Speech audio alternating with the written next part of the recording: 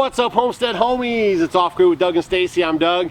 I'm Stacy, and who are you? I'm Joel Salatin. Man, today we're here at Lehman's in Kidron, Ohio. We're going to sit down with Joel Salatin, ask him a couple questions about Polyface Farm. Most of you guys might be familiar with his operation and what he does. One of his main things is the pasture poultry, and he has great systems in place, and he shares his information. He's an author, and he comes to speaking engagements. You might have caught him at a Mother Earth News Fair, and you keep a pretty busy schedule. I do, yes, and it's now international. I travel a lot out of the country, so it's pretty exciting. Yeah, so we're going to ask him a few questions, pick his brain a little bit, for the benefit of you guys who are just starting out and maybe want to shortcut some things as far as time and learning. If you can listen to people that have already done this and then try to apply some of that, and then of course learn as you go and implement it, it always helps out. So we appreciate your time hanging out with us, and now's the time for the questions, like what to ask. We have the Master Joel Salatin here. So let's go back before the advent of social media, right? Mm-hmm. So how was it for you at Polyface Farm? Was it mostly through books for you to get out and maybe reach the public wider than you had before? Oh, yeah, I'm a writer. Mm-hmm. I mean, I always had a gift for writing. In third grade, I'd come home from school and do my chores and go in, and under a light bulb with a spiral notebook and a number 2 pencil, I would write stories for fun. We didn't have a TV. Right. We never had a TV. Still don't have a TV. And so, you know, for fun, I would write stories, you know, and at whatever, you know, 8 years old, 9 years old. So I just have this you know, communication writing thing, and I'm an avid reader. I love storytelling, drama, theater. It's a powerful medium. So that was your main way to reach people, to get your message out about Polyface Farm and the techniques that you had employed as far as, you know, pastures and, you know, pasture-raised chickens and stuff like that. Yeah, well, in the beginning, we didn't have any, we had no idea about going off the farm with our, I mean, our goal was very simple: make a living on the farm full time. It was very simple. And so for the first 10 years, all of my messaging was marketing. It was trying to get folks in town, in Stanton, near where we live, to enough people to buy from us. So, you know, we had a Kodak carousel, and I had a camera, and I took pictures, put the slides in the Kodak carousel, and I'd go to Rotary, Ruritan, Kiwanis, Toastmasters, AARP, retired teachers, JCs, you know, to get the word out. To get the word out. And that was a while ago. It was. And now you can be a member of all those things. Yeah, it was. And you know, every one of those would get, you know, I did a program on how you can heal the planet with pasture-based livestock. Mm-hmm. And you know, each of those was good for, you talk to 50 people and you'd get 3 to 5 customers. And that's the way we kind of, one of our main techniques of just getting the word out. We went to where people were congregating, you know, to the social environment. Man, can you just imagine? So that's basically the old school pounding the pavement, right? Yes, it was. That was it. Making phone calls and just getting the word out there. Did a spring newsletter every year. But you know, the beauty of where we were and the kind of farming we do, we didn't have overheads. Mm-hmm. And so, I mean, Teresa and I, we always said if we couldn't grow it, we didn't eat it. And you know, she can cook, sew, I mean, everything. And so, you know, we lived on $300 a month. Yeah. In the attic of the farmhouse. Right. You know, we made a separate kitchen, and you know, our bed was in the kitchen. Mm-hmm. You know, it was small, but it was perfectly commodious. You could call it the attic. We called it our penthouse. Sure. You know, it's all. Yeah. And we lived there for the first 7 years of our marriage, and it allowed it, because we had a couple milk cows. We had all our own dairy. We had all our own meat. Had all our own vegetables, and so we just spent so little. It was just incredible, and that early frugal living and not going into debt, mm-hmm. and doing all ourselves. Yeah, I picked up a couple odd jobs. I mean, the way we started, we saved up enough by living so cheaply. We were able, in about 2 years of off-farm work, to save up enough to live for 1 year on the farm. Yeah. And I said, okay, we're pulling the plug. We're gonna go full time, quit the town jobs. Teresa had already quit because Daniel was born, and we had $10,000 in the bank. We said we're gonna pull the plug on the town job. I didn't think that we would make it. I thought that we'd burn through it in a year or two. But I also realized I wasn't afraid to do anything. I could wash dishes, push a wheelbarrow for a mason. It wasn't whatever. It wasn't below me to do anything. And I realized, man, I am so employable. You could do anything. I could do anything. Jack of all trades, and that was the change coming. That was the freedom. That was the freedom. Yeah. And so we quit, and we did in fact go through that nest egg, but we never went back to an off farm job. It was tight. Yeah. And it took us about 4 years. We realized it's going to work. Right. It was tight. 4 years is I think for us like too. the sweet spot. It is. At 4 years for anything is, I think it's amazing. Well, Peter Drucker had the 3 to 7 year learning curve cycle. Right. And I think he's exactly right. Yeah. 3 to 7 years. Yep. And we're pretty quick learners. We pick up things pretty quick. I think that was a huge thing for us when we left the city, and I made the decision basically like I didn't want to work for anybody anymore. I don't want to be bothered, and I basically retired at 43. But some people think like we had like $1 million in the bank, and like we were just living off of that stuff. But we were. You lived frugally. We just made that commitment, and we lived super frugally, and fortunately through the advent of the YouTube thing, we're able to share our message, and that helps us with our on-farm job, so to speak. We're not really doing the meat birds and all that kind of stuff, but this is the same kind of a thing, and we're staying at home, we're doing what we love to do, and it was that commitment, for us to do it, Yeah, we so frugal living is just so profound. Yeah. It's so anti-American, isn't it? Yeah. To brag about how much you don't make spend. and don't spend and don't have. We drove a $50 car for 2 years. A $50 car. I mean, we were married 20 years and added up all the money that we had spent on automobiles for the first 20 years of our marriage. It wasn't $10,000. That's nice. It was not even for 20 years. Yeah. And all of our college friends, while they were in debt for $50,000. They'd accumulated all this stuff. So that frugal living, I tell people, if you want to do this, I don't want it to jeopardize your family. Okay, so get out of debt. That's huge. Make a little nest egg. Look, if you can't get out of debt with your town job, you're going to have financial troubles on your homestead. Right. So learn the rules of frugal living now while you have a little bit of, comfort and cushion before you jump off the cliff into the homestead. And so get that down. But once you have that year's worth, hey, if you want to do this, do it. Jump.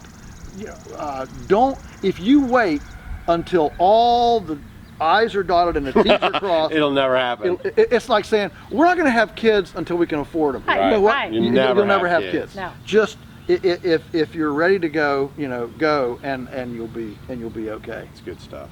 And remember that if you do run through your if your burn rate is too fast, and you do run through your savings, You can get a job doing something absolutely. else. Like Doug, when we first did it, Doug would go and I was doing fencing with the Amish, and not only was I learning the trade of fencing like an apprentice. and being able to do my thing, I made a few bucks doing it. So. Yeah. Sure. Yeah. Well, I did the same thing. I built fence for a guy that was he was going to hire a big fence contractor with all equipment to come in and go through a woods. He said, "Oh man, they're going to cut all these trees and we'll have all this." I went and looked at it. I said, I could put all those in by hand and wiggle it down through there, and I might cut one tree or two, but I think we can get it through. And went and I could hand dig about 20 post holes in a day, and I did it for half the price. Made about $1,500 for 2 weeks work. Well, if you're living on $300 a month, that's a lot of money. $1,500 cash. It's 5 months. Yeah, it is. It is. I helped the guy plant trees.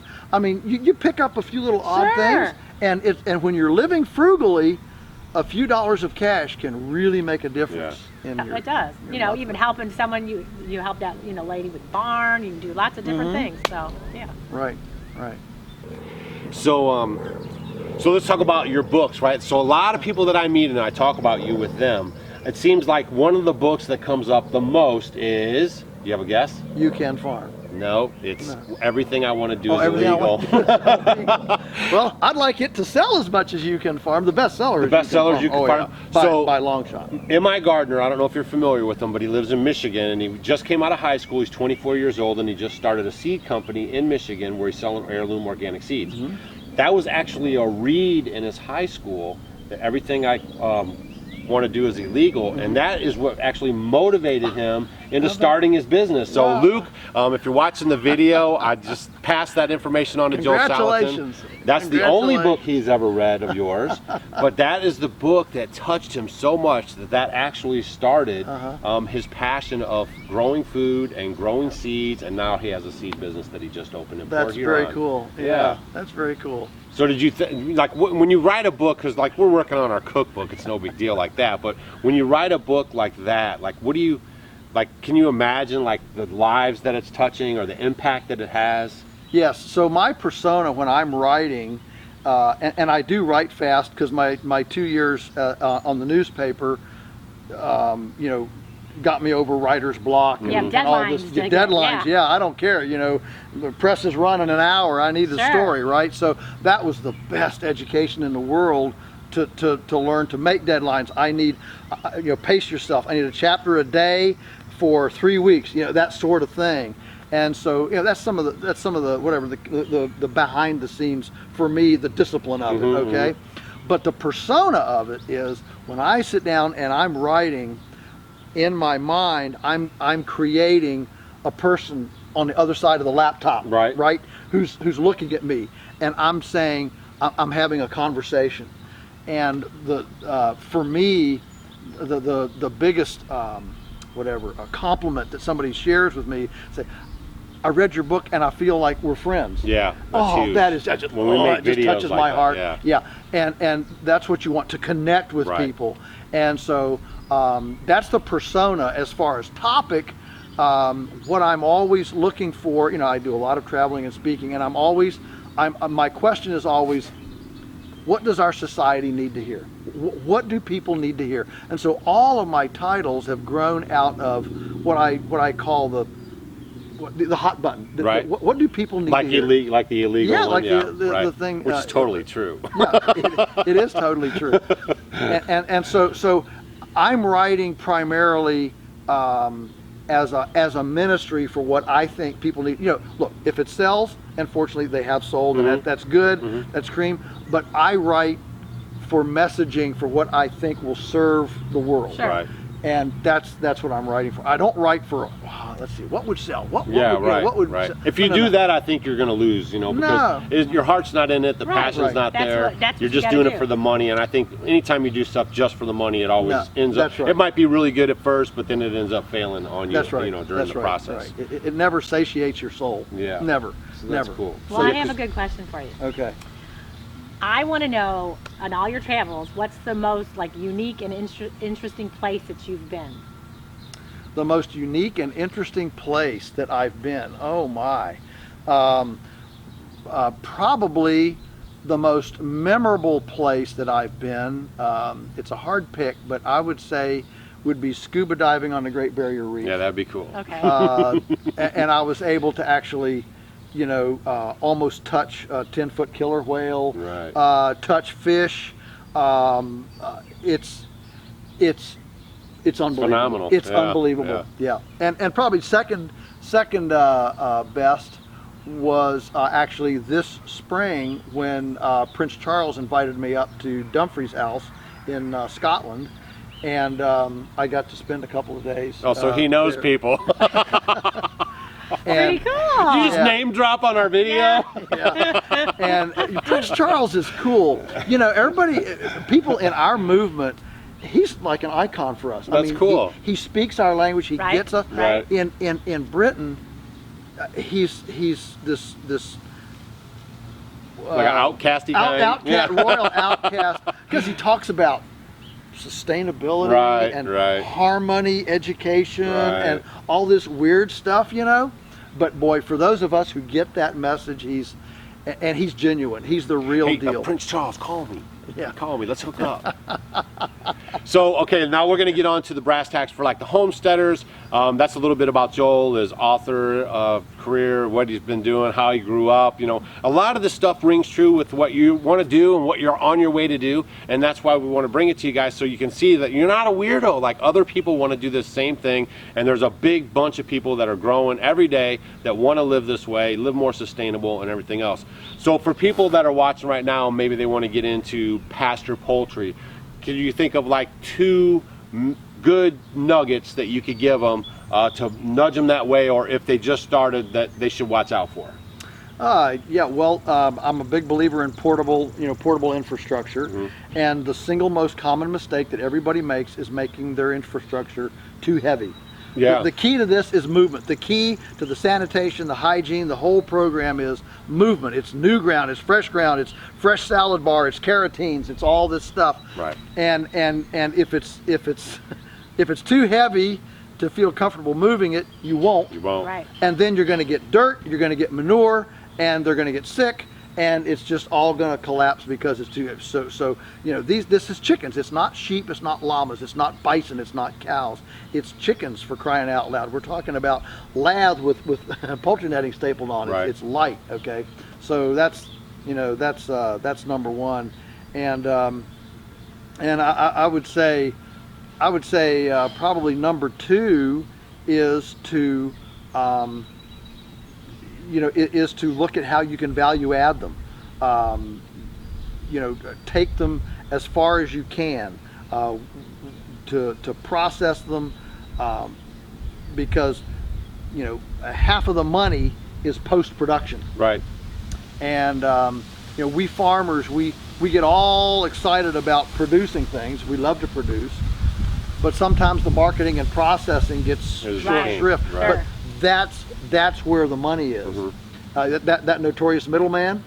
And so we need to be willing to embrace the middleman, and that doesn't mean necessarily that you have to do it. It means you have to have somebody in your family or your outfit that does market or process or whatever, and get into this. So yeah, the lightness of the shelters and the value adding, I think, are big deals. The year that we decided to start offering cut up chickens, and we've been in this so long, you know, we got into this before you could buy boneless, skinless breasts in the Sure. supermarket. Right. Do you believe there was a day when not only was there no supermarket, but even when there were, you couldn't buy a boneless, skinless breast? Right. Now our average customer doesn't even know a chicken has bones. Right. You know, and so we didn't want to cut up chickens. We said, come on, we'll teach you how to cut up a chicken. I mean, that's a skill that everybody should know. And we dug our heels in. And we said, no, I don't want to. And we finally, after about the 3rd year, and people say, oh, I'd buy your chicken if you had boneless, skinless breast.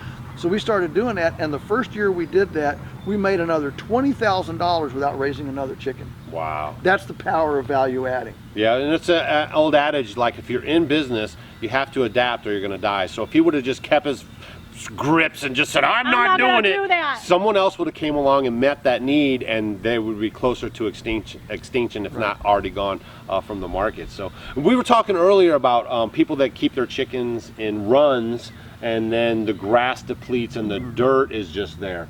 What are your feelings about that? Well, my feeling Tell is us, please. It's not good. Look, if you have a dirt chicken yard, it's unhygienic, unsanitary, and it's actually polluting the groundwater because there's not enough vegetation to consume the manure and all the nutrients that are going into the soil, and it's just going into the groundwater, and you're just as guilty of polluting the aquifer as a Tyson or anybody else is. So the key is this mobile infrastructure allows you to move those birds along. Now, some people are in an extremely postage stamp situation, you know, Right. a 1/10 of an acre city lot Sure. or whatever. And so if your situation is so small that you really can't move the birds to a fresh pasture spot every day, or if you did, you would cover all of your pasture and the kids would be tracking manure into the house, then I suggest the deep litter system in a stationary house, where you essentially put the birds on on compost. Right. And you got to have, you know, 10 to 12 inches minimum of carbon. I call it a carbonaceous diaper under the chickens that they can scratch in. It can grow bugs. It can become vibrant with life and worms and roly-polies and all this. And that is actually, you know, confining them to a place with deep carbon that's vibrantly decomposing is actually much more hygienic and sanitary, pathogen protective, if you will, right, than a dirt chicken yard. Yeah, because we see a lot of those with people. Maybe they're new to chickens and everything else. Of course, Stacy and myself, we free range, open range our chickens. They go wherever they want. But if that's the system that you're going to be using as a confinement type system, he was a big advocate for the poultry nets, Premier poultry nets, and moving them and moving them and moving them. Well, and we actually you did a video called the $50 chicken coop that we've done, and it's a portable one, and it worked out really good. Did you know that is the most watched chicken coop video on all of YouTube? Really? 4.5 million views. Wow. No, I mean, I couldn't believe it. YouTube contacted me and they said, "Can you believe?" And I was like, "Wow!" So yeah, the most watched chicken coop. It's just a 2x4s. The link will be here. Yeah, the link's right there. But it's the 2x4s with the cattle panel and a half tarp. You know, it's just something very simple. And we've used it for chickens. We've used it for turkeys. We used it for ducks. Chicks. I mean, I use it for everything. Well, the beauty of look, I get the free range, and you know, you can do that if you don't have very many. Right. Yeah. And it's a very low density. Okay. Yeah. But if you want to go, I mean, you know, we've got 6,000 layers. We raise. Yeah, I mean, you're doing it like. Yeah. So when you're doing it that way, you need the protection that control gives you. Right.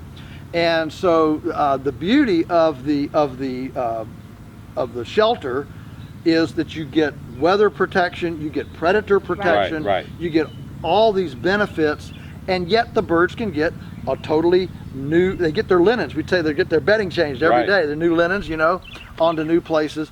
And it actually stimulates them to eat a lot because, a new, it's exciting. It's a new bowl of ice cream, right? Right. And so they actually graze aggressively for the first. They're so excited when they get there. They're like, "Oh, look at this!" Yeah, they get very happy. Yeah. People ask me, you know, why are you always so happy and all this stuff? One of the reasons is I say I get up every morning and I get to make these thousands of beings happy. Right. You know, and very few people get to wake up in the morning. To do that. So yeah, that's definitely the difference. Is like that's why we're trying to let you guys know, like what me and Stacy do. We're not doing it for market. We're just growing chickens so we can have eggs, and it's just for our own sustenance. But when you're going to try to build a business out of homesteading, which a lot of you guys watch our channel and other channels on YouTube, so you can kind of get a grip, like, man, I want to quit that job that I can't stand, but I also got to know how I can make money if I want to live this lifestyle. So a lot of people are turning to the birds. And so many people are wanting to get good food. That movement's really growing. So there is enough market for everyone. And then we're just trying to bring you guys the tips and tricks to get you there. And Joel has books, information. You have a website. Yes. What's the website? Polyfacefarms.com. Yep. So you can go there. You can get his information, all of his books. He has great tutorials. He has classes at his property, like that kind of a thing. Why don't you kind of explain a little bit about that, and then we'll wrap it up. Sure. Well, these are called the Polyface Intensive Discovery Seminars, PIDS, P-I-D-S. You know, we Americans, we can't speak in multi-syllabic words. Yeah, you need initials. So, so it's PIDS, P-I-D-S, Polyface Intensive Discovery Seminar. It's 2 days, 6 meals. Essentially, we do a 1 week seminar in 2 days. It's dawn to dark. Intense. It's very intense. 2 days. I mean, we butcher chickens, we butcher rabbits, we build compost, we cut a tree, we build ponds, we move cows, we move pigs, we build fence. I mean, it's as intensive as we can make it. And it's to cram everything that we, including team building, fiefdoms, how do you build non-employee collaborations to get talent that you don't have, all this type of stuff. We cram that into the 2 days, and it's limited to 30 people, so it's very, very intimate as well. And I'll tell you, it has been a catalyst for a lot of people. Sure. We do 3 of them a summer, always from the middle to the end of July. 2 days apiece, 3 of them toward the end of July, because that's what works with our schedule. Yeah, and then you also have an internship So people can come out, it's like 5 months, is it? Yep, the internship's 5 months, apprenticeship is 12 months, and it's very formal. And the website again has all the information for queries and all that stuff. But yeah, we have a pretty significant informational outreach. We do farm tours, the lunatic tours. We do about 12 of those a summer for 100 adults and all the children that go with them. That's why it's called lunatic. I'm the lunatic. I'm the lunatic. I also do a blog. I've just started a month ago. Musings from the Lunatic Farmer. Oh, cool. And I'm trying to put something in almost every day. Not every day, but almost every day. It takes about 1 minute to read. Little shorts. I'm looking for it as like a daily food farm devotional. Right. And to try to coach people along from a farmer's perspective in the food farm space. Some of it's political, some of it's very personal, like when our big sugar maple tree in the front yard, finally the last big branch fell out of it 3 weeks ago, and everybody cried, and so did I. So some of it's very personal, but a lot of it is very information based. Who are the charlatans? Who's true blue? What's going on with food policy? So it runs. You got everything. It runs the gamut. Yeah. It runs a pretty wide. Well, I hope we make the true blue list. Yeah, you make the true. Oh, absolutely, you make the true blue list. Guys, we want you to get the information. That's why we go to these events. That's why we try to bring you these different interviews. Joel has got the track record. I mean, you guys, he has a wealth of information. Go check out his website. Get a book, buy 2, buy 3, get a and group you know what? discount on them. If there's any kids out there that are, wanting to go an apprentice, an intern, it's great stuff. This is a great thing for you to do. Great Learn education. from the people that have gone before you. So that's always a big thing. It can help you save a ton of money from making mistakes, and it can also save a lot of extra aggravation and sweat. So hopefully you guys enjoyed the video. As always, you can check us out on Facebook, Instagram, and Twitter. And thanks a lot, Joel, for hanging out with us. And say hi to Prince Charles for us, yeah. Okay? Next time I see him, I will. Yeah, and we'll see you guys on the next video. Leave your comments down below if you've read one of Joel's books, or if he's actually, if anything he's done has motivated you in that kind of a way. Leave that comment down below. We'd like to hear from you guys, and we'll see you again on the next video. See you guys. Thank you. Hey guys, thanks for watching our video. You might want to check out these videos. And if you want to become a Homestead homie, click the picture of us below. We will see you tomorrow.